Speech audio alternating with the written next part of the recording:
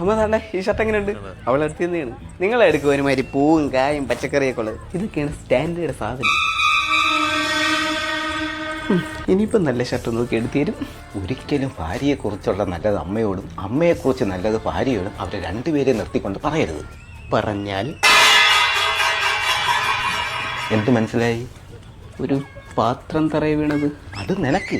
എനിക്ക് മനസ്സിലായത് ശരിക്കും ഇതൊരു പ്രതിഷേധമാണ്. കല്യാണം കഴിക്കാൻ പോകുന്നതുകൊണ്ട് നിനക്ക് കുറച്ച് ഉപദേശം തരാം. ഇപ്പം നിന്റെ അമ്മയും അനിയത്തിയും കൂടെ അടികൾ വിടണം. ന്യായം നിന്റെ അനിയത്തിയുടെ പക്ഷം. നീ എവിടെ നിൽക്കും? ഓഫ് കോഴ്സ് അമ്മയുടെ കൂടെ നിൽക്കും. ഇത് നിന്റെ ഭാര്യയും അമ്മയും കൂടെയാണ് അടികൾ വിടണമെങ്കിൽ നീ എവിടെ നിൽക്കും? ന്യായത്തിൻ്റെ പക്ഷത്ത് നിൽക്കും.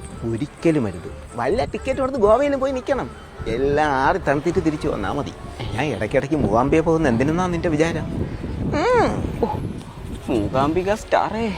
ഇപ്പം നിന്റെ ലൈഫിലുള്ള ആവശ്യത്തിനും അനാവശ്യത്തിനുമായിട്ടുള്ള രണ്ട് കാര്യങ്ങൾ ഇനി അങ്ങോട്ടുണ്ടാവത്തില്ല.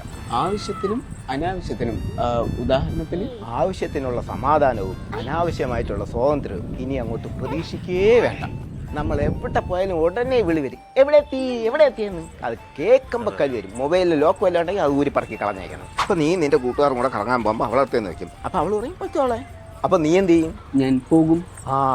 പോകുന്നതിന് മുമ്പ് നീല ടാപ്പയും കസേരയും പിന്നെ കർമ്മം ചെയ്യാനുള്ള ആളെ ഇടപാട് ചെയ്തിട്ട് വേണം പോകാൻ. അതെന്തിന്? എവളുമാര് പോകാൻ പറഞ്ഞാൽ അതിൻ്റെ അർത്ഥം പോകരുത് എന്നാണ്. പോകാൻ പറഞ്ഞാൽ അതിൻ്റെ അർത്ഥം പോകരുത് അല്ലേ? ഇതൊക്കെ ഏത് സിലബസ്? എനിക്കറിഞ്ഞൂടാ എവളുമാര് ഇത് ഏത് യൂണിവേഴ്സിറ്റിയിൽ നിന്ന് പഠിച്ചിട്ട് വരണതാണ്. ഇപ്പം നമ്മൾ ഭക്ഷണം കഴിക്കാനോ തുണിയെടുക്കാനോ പോകണമെങ്കിൽ അവർ വന്ന് നമ്മളടുത്ത് ചോദിക്കും ഏത് കടയിൽ പോകണം. അപ്പോൾ നീ എന്ത് പറയും? എനിക്ക് ഇഷ്ടപ്പെട്ട ഒരു കട പറയും. അരുതുണ്ണിയെ, അവരുടെ മനസ്സിലുള്ള കട തന്നെ നമ്മൾ അങ്ങോട്ട് പറയാം. അതെങ്ങനെ? ഇത്തരം സാഹചര്യങ്ങൾ ഞാൻ പറയാറുള്ളത്. നിനക്കിഷ്ടപ്പെട്ട മറ്റേ കടയിൽ പോയാലോ എന്ന് പറഞ്ഞാൽ കാര്യങ്ങൾ വളരെ സ്മൂത്തായി.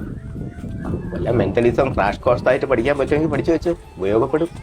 നീ ഒരു സ്ഥലത്ത് പോകാൻ വേണ്ടി എത്ര സമയം കൊണ്ട് റെഡിയാവും? ഒരു 5 മിനിറ്റ്. പക്ഷെ പെണ്ണുങ്ങളടുത്ത് ഒരു 5 മണിക്കൂർ മുന്നേ പറഞ്ഞാൽ മാത്രമേ നീ ഉദ്ദേശിക്കുന്ന സ്ഥലത്ത് ഉദ്ദേശിക്കുന്ന സമയത്തെത്താൻ പറ്റൂ. അച്ഛാ, ബാക്കിയും കൂടെ ഒന്ന് പറഞ്ഞു തരൂ. പൊക്കോ ഉറങ്ങാൻ ശല്യപ്പെടുത്താൻ പാടില്ല. ബാക്കി പിന്നെ പറഞ്ഞുതരാം.